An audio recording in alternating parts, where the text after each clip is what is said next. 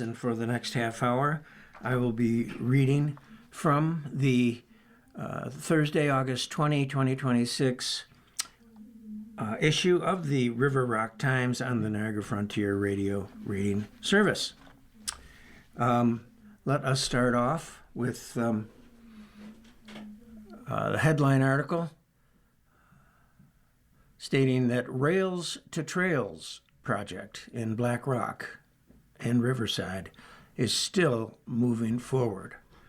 All right, let's see what that means. There's a nice map of the Black Rock area labeled with where there are a lot of dots, and then there's explanations as to what the dots signify, which we unfortunately cannot offer you now.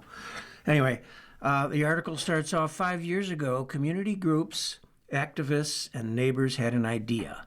Wouldn't it be great if North Buffalo were able to transform some unsightly and unsafe former railway tracks into publicly accessible green space that provided access to the Niagara River waterfront?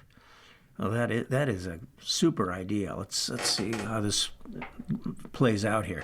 Well, anyway, that was the beginning of the River Rock Connections project, commonly referred to as, quote, Rails to Trails, close quote, which is a community-backed, led and supported project to make that vision for the future a reality. The goals of the project, as posted on the city's website for the effort, has three main goals. And for those of you who might be interested and have a pencil and write this down, the website is www.buffalony.gov/1403 River Rock Connections. And there's I think a dash between river and rock and connections. So that may be a little complicated. So anyway, so the goals of the project, there are three main goals. One, waterfront access. Multi-modal access, it's not model, it's modal, M-O-D-A-L. So, sorry, I'll start again. Waterfront access. Multimodal access and connectivity to waterfront parks with a focus on the towpath park. Next, neighborhood connectivity. Quote, complete streets that include more opportunities for pedestrians, bicyclists, and transit riders. And third, Rails to Trails, multi-use trails that utilize former and abandoned railroads that traverse the neighborhoods. The first meeting for this initiative was back in September 2021, 5 years ago. Wow. The public comment period on a draft plan was open between April 26th and May 24th in 2024. So there was a gap between the first meeting in September of 2021 and then the public comment period starting 3 years later. Yeah, moving slowly. The full 76-page plan, as published in 2024, can be viewed. All right, and here's another website.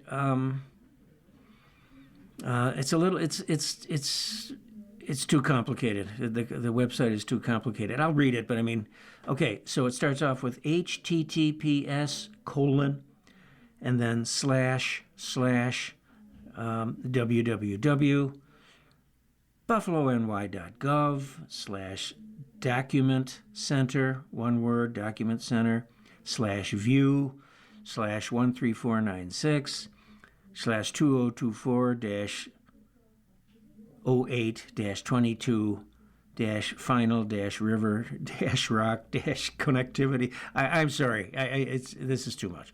All right, so if it seems like nothing has happened since 2024, it's because the work has been going on in the background, says Ann McCooey, the executive director of the Black Rock Riverside Alliance. It's really a great plan, she said. It's about infrastructure improvement going from east to west across the North District.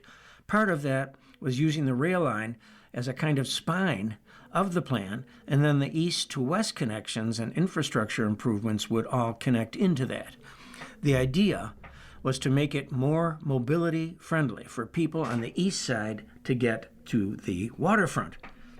Now, I don't know if that means the east side of Buffalo. I'm not, because that's, Black Rock is nowhere near the east side of Buffalo. So I don't know, it must be the east side of Black Rock. So the idea was to make it more mobility friendly for people on the east side to get to the waterfront, and the people on the west side of the tracks to get over to where all the commerce and healthcare, namely businesses, are. Things like that, she says. The goal, as always, is making it easier for people to live in and take advantage of all that Buffalo has to offer, from natural resources to doctor's offices. In September of 24, shortly after the plan was released, McCooey was contacted. McCooey is the executive director of the Black Rock Alliance. So in September of 24, when the plan was released, McCooey then was contacted by the Trust for Public Land, parentheses TPL, Trust for Public Land, with a suggestion of, quote, doing something with the rail line, close quote, in the community, the very thing they'd been working on for 4 years. So it sounds like it was kind of a coincidence that the Trust for Public Land suggested to Black Rock that they do this with the rail line, but not knowing that there had been an initiative for several years that had been ongoing. So that began a conversation that has been going on in bits and pieces ever since, she says. Quote, we convened a couple of meetings with all the stakeholders from the city and the county and the state, and then the Trust for Public Land, TPL, came into town, and we talked about how we can help the city move forward, because there were still some questions about whether the railroad company, CSX, would sell. And that has to do with the railway access. And there were indications from the city that they were talking to them, but it was kind of touch and go.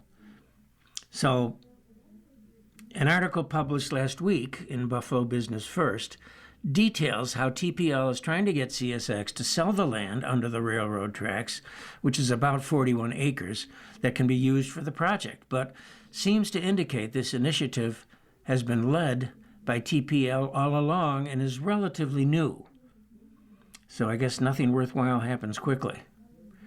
Conversations are ongoing about who would technically own and maintain the new trail park, among other important details, but a press conference has been tentatively in the works for later this year for quite some time, she says.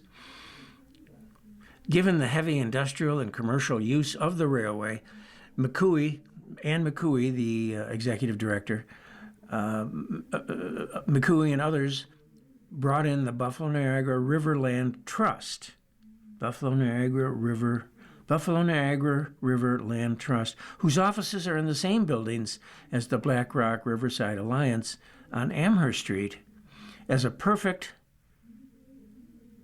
partner to help broker a deal. So the Buffalo Niagara River Land Trust seeks to take over parcels of land with water access, clean them up from brownfield status to safe for public use, and protect them for public access in perpetuity. So the Black Rock Riverside, no, that's not it. So the Buffalo Niagara River Land Trust, BNRLT, has already preserved a handful of properties around Western New York in this manner, and conducting testing to determine what contaminants are in the soil and how best to remediate the property to make it safe, according to Ann McCooey, the executive director of the Riverside Alliance. Like any project that involves multiple organizations and levels of bureaucracy, things take time. Well, I think that's clear. Nothing has moved as quickly as initially hoped, but progress is happening. Quote, Tracy Fletcher, the executive director of BNRLT, the Black Rock River, no, that's not right, the Buffalo Niagara River Land Trust. So Tracy Fletcher says, we're going to go up there and do as much testing as the owner will allow us to do, just so we all know what we're getting into with this project. But, she says, before that can happen, the deal with CSX has to be finalized, or the railway company needs to give BNRLT permission to go onto the property and begin testing. She's confident. This is Tracy Fletcher, the executive director of BNRLT. But where did I leave off here? I apologize. She's confident the acreage will be classified as a brownfield. Quote, she says it's a formal rail line. We just want to go up and assess exactly what's going on. Who knows what has fallen off trains over decades? Now, that's an interesting thought. There's other areas that were former junkyards and different things. So we want to know, for the whole project, what will need to be remediated. While ownership and maintenance of the land, when completed as public space, still need... All right, let me start again. While ownership and maintenance of the land, when completed as public space, still needs to be finalized and agreed to, Fletcher says her organization would be willing to take that responsibility if asked, as it has done for the 5 properties, totaling more than 108 acres already under its stewardship. So BNRLT sees this project as a wonderful opportunity to give people more access to the waterfront and to give more public space, to provide more public space, something the people of North Buffalo need and deserve, according to Fletcher. Quote, this community needs access to something like this, she says. Even the waterfront right along the river is tough for people to realize that they can go to. Giving this community access to some recreational, healthy things to do and connectors to actually get them to that water that's right there that they don't realize they can have access to. Wait a minute, is a driving force between the BNRLT's involvement in the project. As of this writing, things are still moving forward, but nothing has been finalized, and there are still contracts to work out, et cetera, et cetera, et cetera. Okay, well, that's a very, very exciting project, and good luck to all of the principals involved, and I hope they don't give up, because it really, the railroad company and all of these other entities, it's like herding cats to get everybody on the same page. So let's see here. Here's an article written by Erie County legislator Michael Kashoyan, who is an attorney who I have worked with, and a wonderful, wonderful, smart guy. His article starts off with, and he is the Erie County legislator for the Black Rock area. He says, as we near the end of summer, exams aren't just for students heading back to school. For people who are looking for a stable career, good benefits, and an opportunity to serve their community, Erie County civil service jobs are worth exploring. And before continuing, let me remind you you're listening to a reading of articles and features from the River Rock Times on the Niagara Frontier radio reading service. So, again, for people looking for a stable career, good benefits, and an opportunity to serve their community, Erie County civil service jobs are worth exploring. From clerical and administrative positions to public safety, social services, public works, and healthcare, Erie County and the municipalities under its civil service system offer a wide variety of employment opportunities. Civil service is a system required by New York state law that fills many government positions based on merit and fitness. Some positions require applicants to take a competitive civil service exam, while others, such as certain non-competitive labor or exempt positions, do not require a written exam. The first step is to visit the Erie County Civil Service Employment website and look through the current job postings and upcoming examinations. So if you have a son or daughter or a niece or nephew or a friend, whatever, encourage them to get on the Erie County Civil Service Employment website and look through the current job postings. Erie County separates opportunities into categories, including exams, that are currently accepting applications, as well as continuous recruitment positions and regular job postings. If you find an examination that interests you, read the entire exam announcement carefully. It will tell you the minimum qualifications, the application deadline, examination date, salary, subjects covered, and the application fee. Applying is easier than it used to be. Erie County now offers online applications for exams that have online filing available. Paper applications are also available through the Personnel Department and various local government offices, libraries, and other locations. So that's interesting. Most exams require a filing fee, although the amount varies by examination. The county says fees are generally non-refundable, and fee waivers may be available to people who meet certain financial eligibility requirements. Once your application is accepted, you will receive information about the examination. The exam announcement identifies the subjects you should expect to see, and Erie County provides some study materials for the applicant to utilize for certain examinations. Preparing ahead of time is important. Review the job description, study the listed subject areas, and take advantage of any official study guides that are available. After the exam, successful candidates are placed on an eligible list. When a department has an opening, it can use that list to identify qualified candidates for appointment. This means passing an exam does not necessarily mean you are immediately hired. Your score and position on the eligible list can affect your chances of receiving an offer. There are also opportunities that don't require a written exam. Some Erie County postings include positions designated as non-competitive or continuous recruitment, so it's worthwhile to check the listings even if you don't want to take a test. For anyone considering a career change, civil service can be an excellent option. Simply check the postings regularly, find an examination for which you qualify, apply before the deadline, prepare for the test, and follow the process through to the eligible list. A little preparation can open the door to a rewarding career right here in Erie County. And Mike Kashoyan, as always, welcomes all of you to contact his district office with any questions about civil service opportunities in Erie County. Let me give you his number, and you can call him for any reason, really, beyond the topic that we just explored here, Erie County civil service jobs.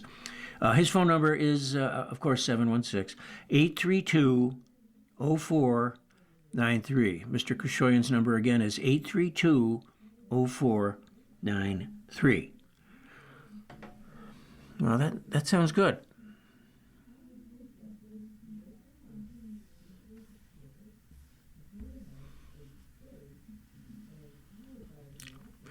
Now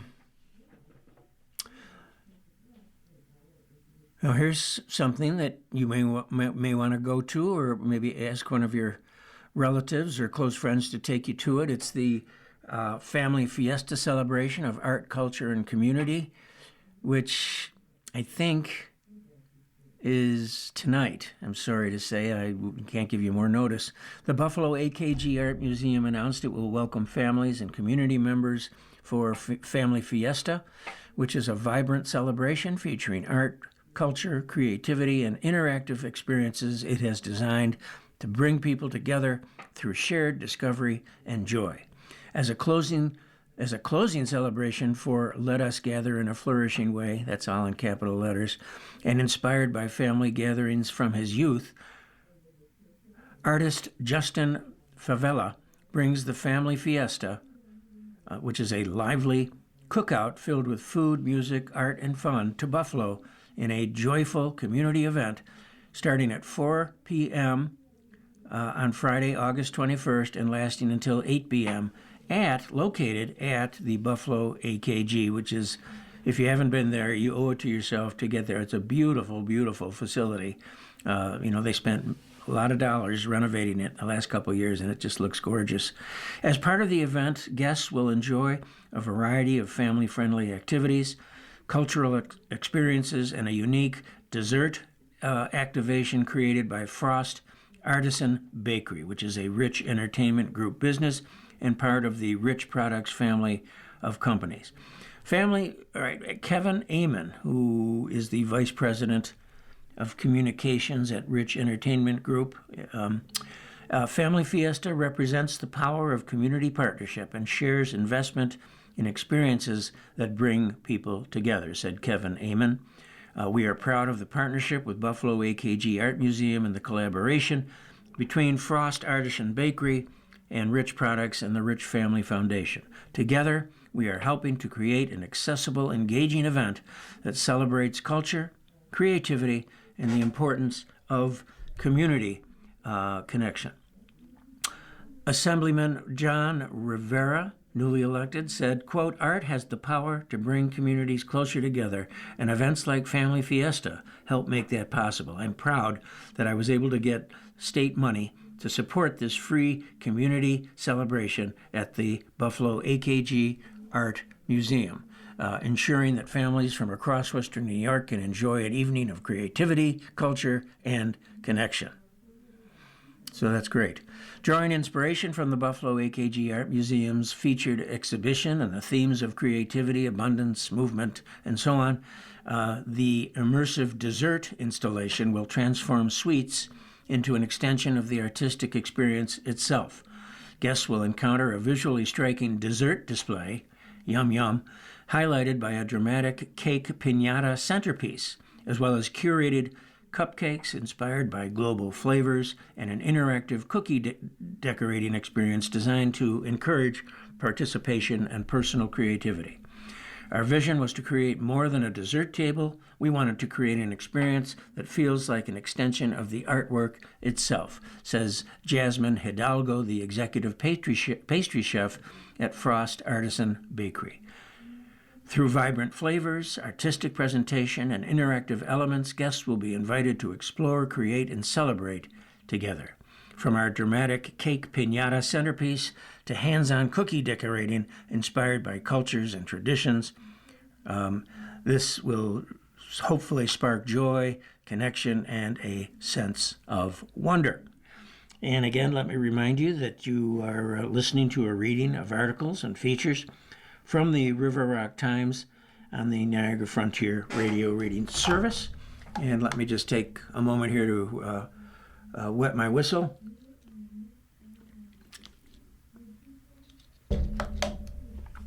Let's see here.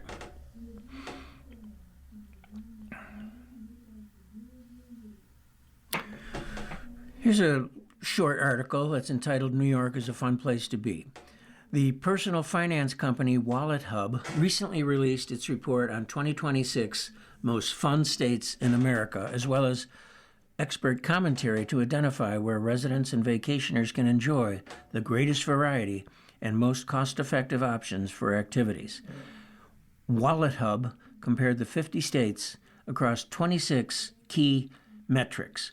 The data set ranges from movie costs to the accessibility of national parks to nightlife options per capita. Here's the fun ranking for New York. The lower the ranking indicates the more fun it is. So number 1, most fun, 25, average. So New York overall was ranked 5th, which is pretty darn good in the country. It was first in the category of restaurants per capita, 3rd in movie theaters per capita, 4th in golf courses and country clubs per capita, 9th in amusement parks per capita, 1st in performing arts theaters per capita, 4th in fitness centers, 17th in casinos per capita, and so very interesting. And then they give you a website for more information. So, all right.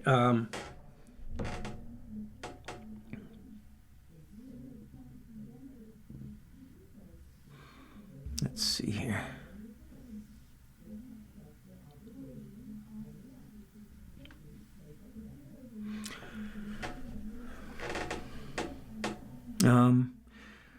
Okay. This headline says, reduce, reuse, and recycle your tech. Okay, phones are essential to everyday life, but they also come with an environmental footprint. New survey data from Allstate Protection Plans shows that Americans are thinking more seriously about that impact. The challenge is that habits around recycling and trade-ins and refurbished devices are still lagging behind awareness. The Allstate Protection Plan's latest mobile survey shows that 52% of Americans say the environmental impact of smartphones is extremely or very important. That is a strong signal that sustainability is no longer a niche issue in consumer tech. People are paying attention not just to what their phones do, but what happens to them over time. That shift is also showing up in how people think about refurbished devices. Nearly 2/3 of consumers say refurbished electronics are both economical and sustainable. Interesting. So think about that. Refurbished, iPhones and computers and so on. People increasingly understand that extending the life of a device can reduce waste and deliver real value. But there is still a gap between what consumers believe and what they do. While many people see the benefits of refurbished devices, only 18% say they've ever bought a refurbished phone. The same disconnect shows up in recycling. Only 20% of consumers say they recycle their old phones, while 8% still throw them in the trash. Another 26% say they're not confident they know how to recycle a phone properly. Well, I'd fall into that category. That uncertainty helps explain why so many devices never make it back into the circular economy. Instead, they sit unused at home. In fact, the average household has close to 2 unused smartphones tucked away in drawers.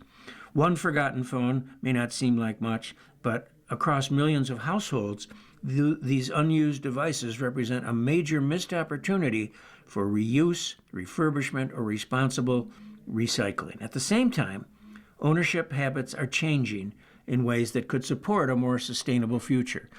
Consumers are keeping their phones longer. 23% say they keep their phones for 3 to 4 years, and 21% say they only upgrade when their phone breaks. Battery life now ranks ahead of price as the top factor influencing purchase decisions. These shifting priorities are good for consumers and good for sustainability.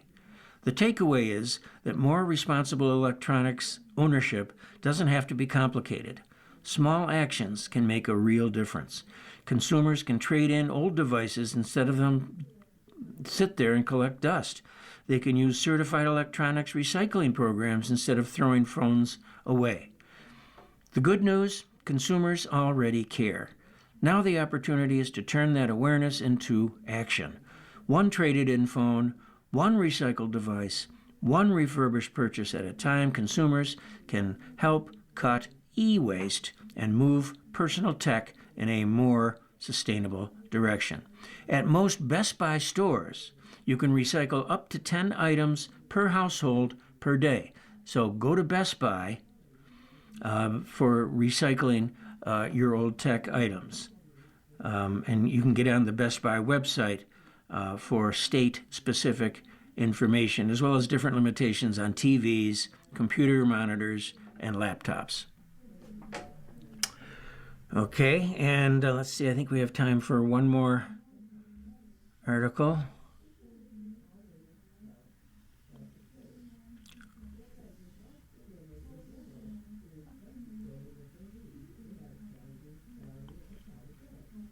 Interesting ad in the paper. You presumably have heard of the Pan American Exposition that took place in 1901. This particular article talks about the arrest of Leon Czolgosz. He was the guy who assassinated President McKinley at the Pan American Exposition. And apparently, for example, they are having it's an open to the public free event And it takes place at 346 Austin Street in Buffalo.